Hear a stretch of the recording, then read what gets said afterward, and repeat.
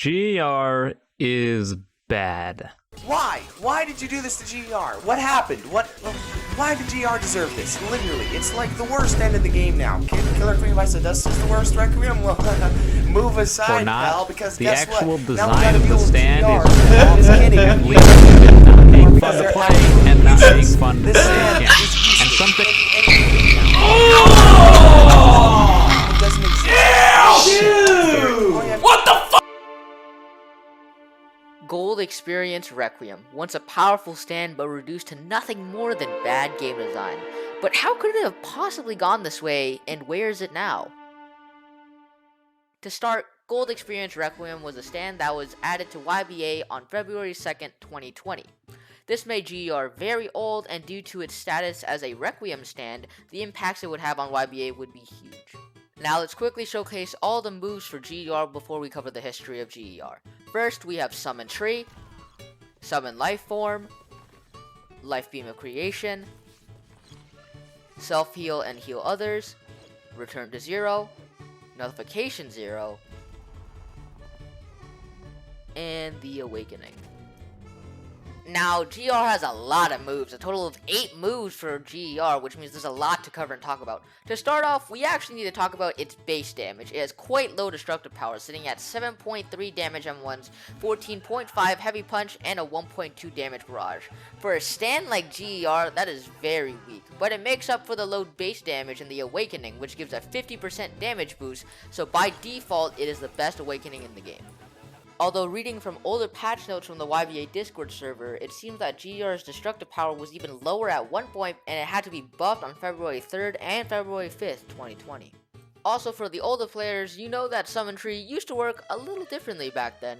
Before May 7, 2021 on version 0.841, the way Summon Tree worked was that GR would punch the ground multiple times to spawn a tree, which would lift the player up and stay on the tree for a few seconds while knocking back anyone else, much like modern Summon Tree.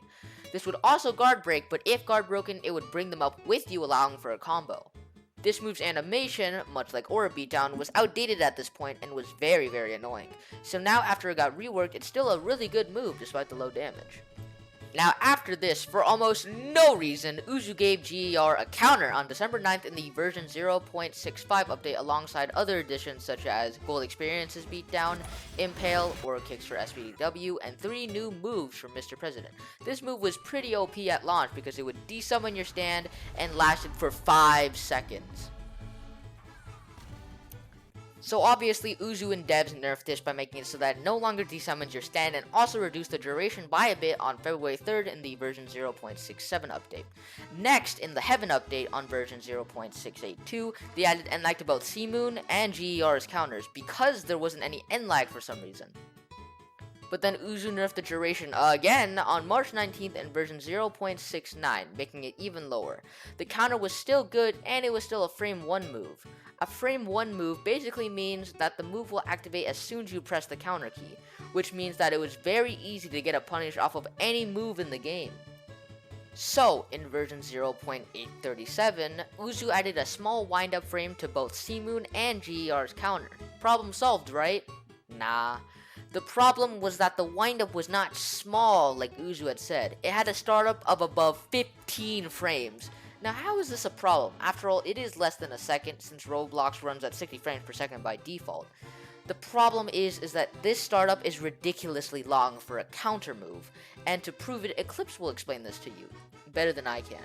In order to prove my point that counter startups are way too long, we're gonna take a look at another game that has counters and runs at 60 frames per second. That game is Super Smash Bros. Ultimate. Here's the frame data chart for all the counters in Smash Ultimate. Notice something here? Well, you might see that the longest startup for any counter is 8 frames. That's nearly half the amount that GER's counter startup frames are. Other counters in the game start as soon as frame 2. You start to see what I'm getting at here? Yeah, the move is kinda mid now. And then Uzu increased the cooldown for the counter, but that's about it. Now we have the Awakening for Gold Experience Requiem. The Awakening is godly. It gives a 50% damage boost and damage reduction, and will also give you 20% of your health back, along with increased speed and barrage speed. So obviously, out of the 3 Awakenings in the game, GR's Awakening is the best Awakening by default. It's one of the two things, the other being Return to Zero, that makes Gold Experience Requiem still good in PvP. The Awakening was actually buffed on February 2nd, but then was subsequently nerfed the next day with longer cooldowns, then nerfing the damage boost on February 5th. Now we move on to GER's signature move, Return to Zero. Return to Zero works in 3 ways. 1, it desummons all stands and gives you iframes for a bit. 2, upon canceling a time-related move such as Time Stop or Time Erase, it will activate a cutscene and desummon stands, stunning the opponent and leaving you free to attack them. 3, it can be used as an evasive, giving you iframes so that you can escape combos and avoid taking more damage.